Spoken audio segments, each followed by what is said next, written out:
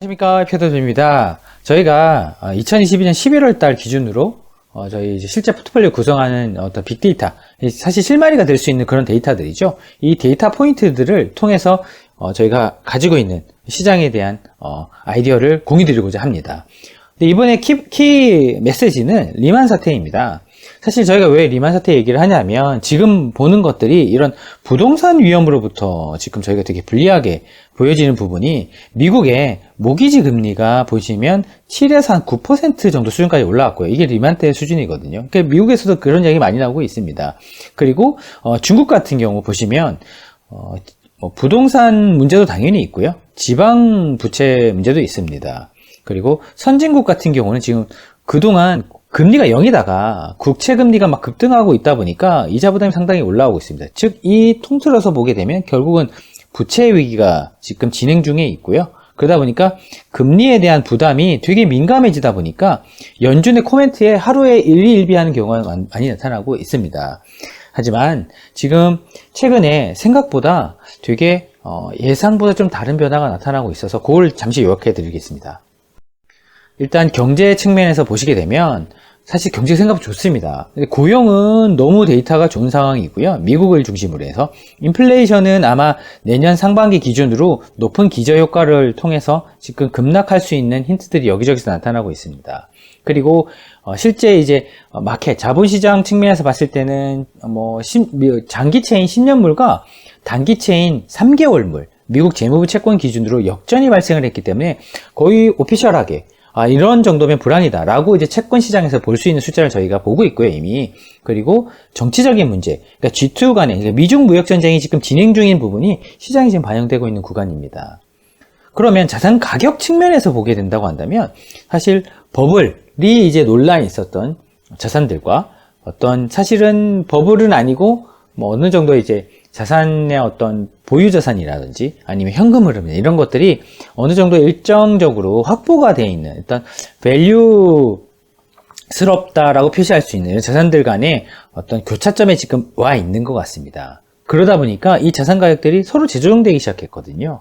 옛날에 비해서는 밸류 주식이 되게 싸 보였고 버블 주식이 되게 비싸 보였는데 최근에 보게 되면 너무 이제 메타, 그러니까 페이스북이죠. 이런 것들이 주가가 많이 빠지니까 그거 가치주 아니냐 이런 얘기까지 나오고 있는 그런 구간이고요. 그러니까 이런 부분이 자산가격 재조정이 시작됐다라고 보셔야 될 것 같습니다.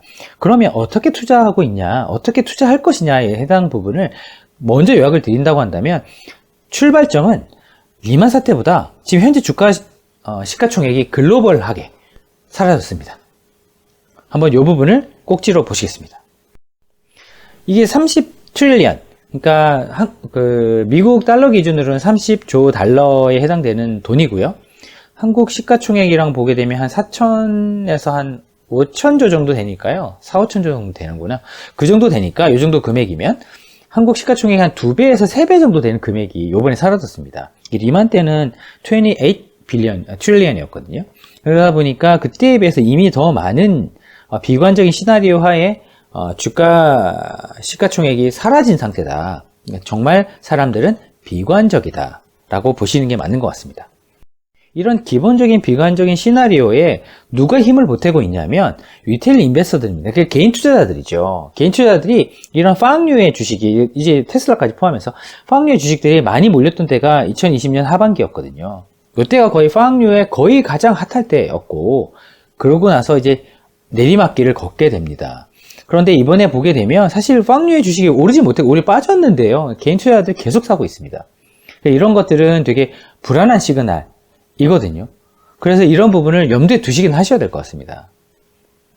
그러면 나쁜 것만 있느냐? 그렇지는 않습니다. 상당히 저희는 기회가 있다고 보여지는데 지금까지 밝혀진 거 기준으로 보게 되면 비관적인 게 맞는 것 같습니다. 내년에 불황이 올 것 같고 금리가 너무 높아서 지금 부채 위험이 너무 높은 상태고 이런 부분 다 맞는 얘기인데 문제는 데이터상으로 정말 직관적으로 판단할 수 있는 부분이 원래 PMI 값은 경제 지표의 선행 지표라고 저희는 보고 그리고 미국의 10년물 채권의 금리가 보통 같이 움직입니다. 빨간색과 이런 이제 어두운 색깔이 같이 움직입니다. 그런데 확실하게 반대로 드러나게 됩니다. 코로나 이후에. 그런데 보면 최근에 이런 이제 부분이 좀 붙었다가 다시 이제 얘는 올라가고 얘는 떨어지게 되는데 금리가 폭등했죠. 그리고 보시면 PMI는 폭락하고 있습니다. 사실 산업 경기가 이 금리 수준과 전혀 반대 방향으로 지금 갖고 있는 상황인데요. 장기적인 시계열상으로 보게 되면 결국은 이런 이제 금리가 이렇게 경기가 안 좋은 상태인데도 올라갈 수는 없는 상황이어서 최근에 지금 5%냐 아니면 5%도 좀 더 올리냐 그 정도 수준까지 논의가 나온 거 보면 페드 금리 기준으로 이게 점점 떨어질 가능성이 높아지고 있는 구간인 거죠. 왜냐하면 너무 경기가 나쁘니까. 그러면 여기서 경기가 좀 꺾인다 라고 한다면 일단 여기서 사볼 수 있는 기회는 채권이 되겠습니다. 그러니까 채권이 될 텐데 안전마진을 지금 한 4에서 5%까지 확보를 할 수 있으니까요. 그것도 미국 국채로 확보를 할 수 있으니까 채권 투자에 사실 호기가 온 건 맞는 것 같고요. 그런데 그렇다고 해서 단기적으로 막 이익을 실현하기 좋을 정도로 인플레이션이 빨리 떨어져서 금리를 빨리 내리거나 그러진 않을 것 같습니다. 하지만 안정적으로 미국 국채나 뭐 이런 투자등급 회사채를 통해서 안정적으로 꽤 높은 금리를 확보할 수 있는 좋은 기간은 맞다. 따라서 채권 투자를 통해서 안전 마진을 확보를 하고 그리고 이 금리를 이제 좀 어느 정도 안정시키거나 좀 내리기 시작하는 국면이 오게 되면 이 산업 경기가 빨간색 라인이 반등할 가능성이 높거든요. 결국은 이게 거의 같이 가기 때문에. 그래서 그런 경우만 되게 되면은 저희는 이제 주식이나 실물 자산 뭐 이런 것들을 이제 사서 수익을 진짜로 낼 수 있는 뭐 목표 수익률을 뭐 작게는 10에서 많게는 20 정도까지 낼 수 있는 그런 기회가 분명히 단기적으로 올 텐데 왜냐하면 지금 주식시장이 뭐 작게는 20% 많게는 한 40%까지 빠졌기 때문에 그런 부분을 감안하게 된다고 한다면 소위 말해서 리커버 랠리가 좀 나올 수 있는 구간이 분명히 언젠간 한번 올 텐데 그때 부분에 있어서 이 보유하고 있는 안전마진에다가 알파를 낼 수 있는 부분으로 포트폴리오를 구성을 하시게 되면 이 기회를 다 살리실 수 있겠다. 즉 채권도 사고 주식도 사고 뭐 이런 실물 자산을 산다라는 것 자체는 일종의 이제 자산 배분에 해당되는 부분인데 지금부터는 정말로 자산 배분이 중요해진 그런 시기인 것 같습니다. 자산 배분을 어떻게 하냐에 따라서 저희가 볼 때는 향후에 한 1년 동안의 성과가 드라마틱하게 차이가 많이 날 것 같다. 그런데 이거를 저희는 기회라고 보고 있습니다. 그럼 이러한 기회가 진짜로 가능한 것이냐? 저희는 가능하다는 핵심적인 근거를 하나 공유드리고자 합니다. 저희가 이제 보여드릴 수 있는 빅데이터 중에서 사실 이제 BOA 메릴린치에서 사실 글로벌 펀드 매니저들이나 글로벌 대형 PB들, 프라이빗 뱅커들한테 이제 일반 개인들은 아니고 이런 이제 대형 금융 PB들 대상으로 해서 서베이를 해봤더니 그런 결과들을 사실 보고서 형태로 많이 발표를 합니다. 이번 경우에는 이런 BOFA가 가지고 있는 글로벌 고객들 기준으로 뭘 사는지 들여다본 것입니다. 자기 고객들 기준으로 들여다봤더니 코로나 때 매도가 많이 일어났던 채권 자산의 규모만큼보다 훨씬 많은 규모를 지금 채권을 사고 있습니다. 그 이야기는 글로벌 큰손들이 글로벌 부자들이 드디어 이제 채권 매수에 열을 올리고 있다는 얘기고요. 앞서 말씀드린 것처럼 안전마진을 확보하기 위해서 지금 혈안이 됐을 수도 있다. 어느 때보다 많이 사고 이 사실 보시면 이게 거의 한 10년 넘는 기간이거든요. 그 기간 동안에 이렇게 채권을 많이 사는 건 처음입니다. 따라서 사실 QT가 있죠.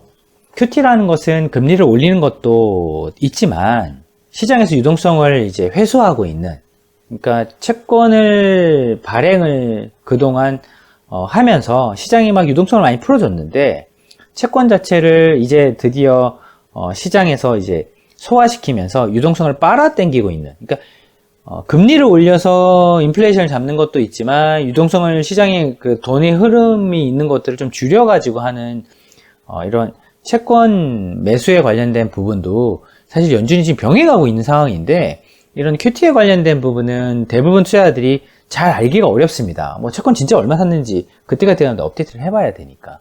그런데 보시면 그런 유동성이 시장에서 마르고 있었는데 중앙은행들이 다 이런 액션을 하고 있다 보니까 누가 돈을 공급하냐?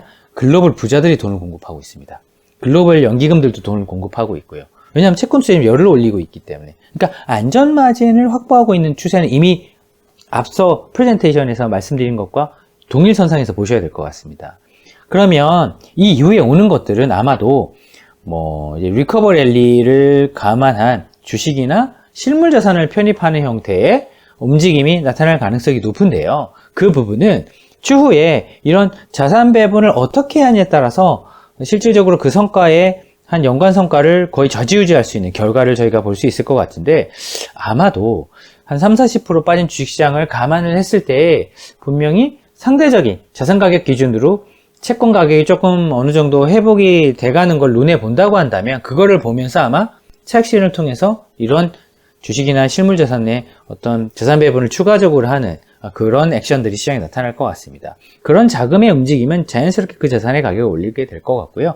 그럼 어떤 자산을 살 것이냐의 문제도 있지만, 지금부터는 정말로 2023년을 바라보고서는 자산 배분이 정말로 중요한 시기가 됐다. 근데 이것들이 분명히 그동안에는 저희가 제 기회라고 말씀을 안 드렸었는데, 기회가 될 수도 있겠다. 연간으로 보게 되면 올해는 이제 2022년 기준으로 손실이 좀 많이 났지만 2023년 기준이 되게 되면은 작년에 뭐 예를 들어서 한 10에서 20% 손실이 났다고 한다면 5에서 10% 이상의 성과를 충분히 낼 수 있는 기회가 올 수 있는데, 그런 부분을 단일 자산으로 하는 것은 저희가 볼 때도 좀 어려워 보입니다. 하지만 이러한 다양한 자산들을 통한 자산 배분을 통해서는 충분히 가능할 것 같습니다. 그래서 그 부분을 꼭 염두에 두셨다가, 저희가 추후에 만약 이런 데이터, 오늘 말씀드린 데이터가 좀 변할 수도 있거든요. 사실은 경제 데이터가 계속 바뀌고 있으니까 그 부분들이 만약에 좀 변화가 있다고 한다면 저희가 적시에 또 업데이트를 해서 공유 드리도록 하겠습니다. 감사합니다.